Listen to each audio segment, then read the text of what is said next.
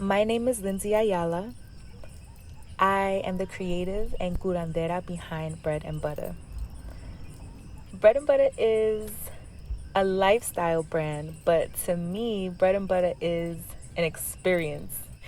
And for the last 7 years, I've really been working on fusing Puerto Rican and Caribbean traditional home remedies and ancestral medicine with things like education, community building, like living experiences and happenings. And we expressed these happenings through celebration, through dance, through live music, through art, through bomba and sancocho parties. We express it through joy, through our field trips where we take people out into nature, through medicine journeys that we've gone on together, through the integrations where we sit and unpack all of that together.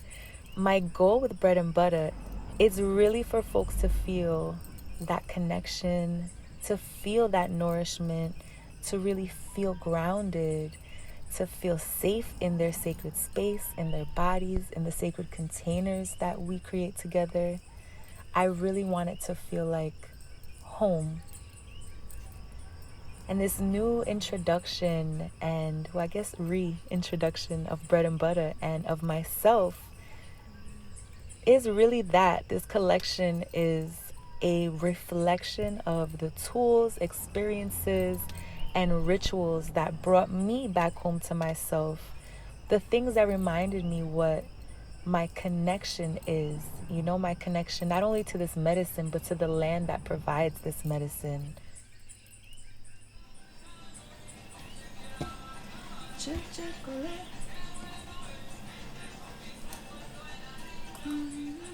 I think that now that I'm a little bit older and I'm more aware of myself, I've been realizing that creating rituals in my day really helps to keep me grounded, especially because I work with so many people throughout the day.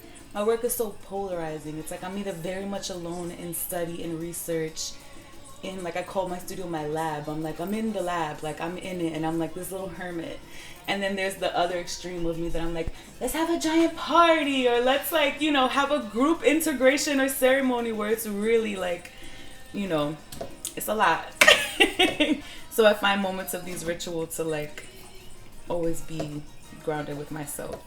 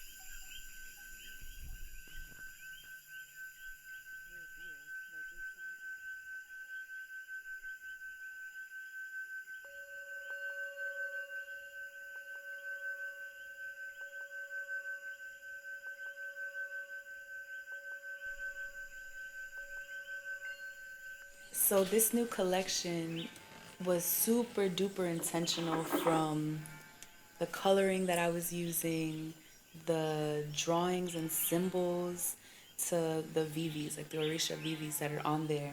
I was also really intentional about letting folks know where the herbs are being sourced on each product label. I like having my hand in as much of the product making as possible. And the same way I adorn my body with intentional tattoos, I really wanted to adorn these products in that same way. So I've been doing a lot of research on Tainos and Taino art and the ways that Tainos express themselves on a visual level and allow their consciousness to expand. And they would talk to divine, and they would learn these messages, retrieve these messages, and bring them back to community. And I thought that was so beautiful because a lot of my work is experiential. Like, I'm having these experiences, I'm living my life, I'm uncovering certain things, and it's my mission to bring these findings back to my community. So all of these products are super ceremonial. There's a lot of deep medicine in them. So I started to add images from the dujos onto the bottles. So there's this really beautiful dotted line pattern that kind of looks like a diamond shape that's like expanding and folding. And these were found on the sides of the dujos, helping people to really, it made me think of a spine and how our spine really connects us from the ground all the way up to consciousness.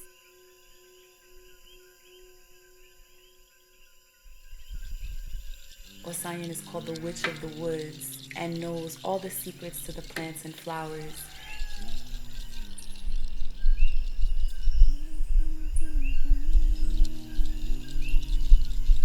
And the plants talk to him, and the plants communicate with him, and he's kind of a recluse. He really like is in study in the plants and lives away from people, but he knows when you need him, and he'll come and bring you the necessities that you need.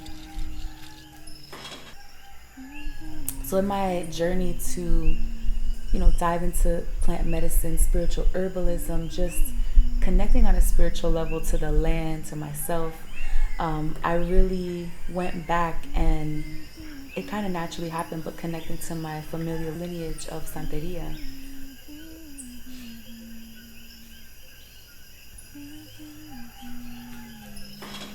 Ultimately, I decided to be initiated in Candomblé, but my journey really began with Santeria and understanding the Orisha through the lens of my ancestors.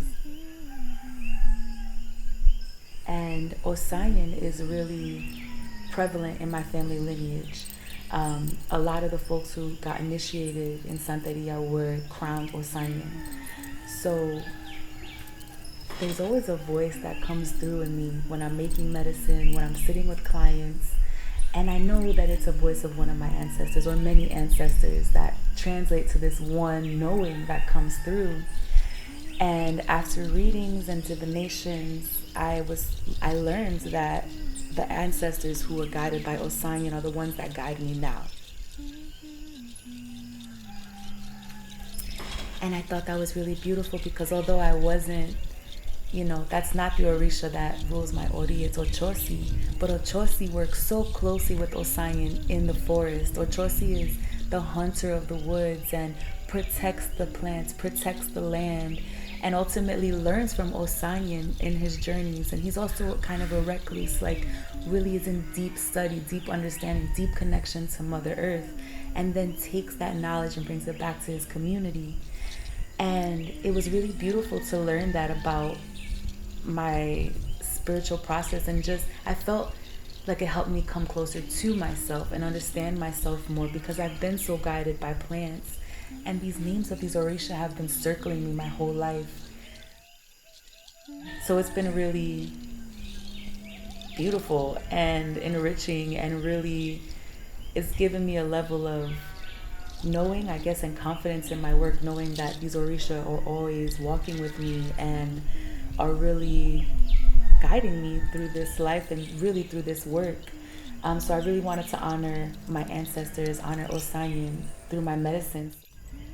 I believe that they connect us much more deeply to the land and ultimately to that space of remembrance.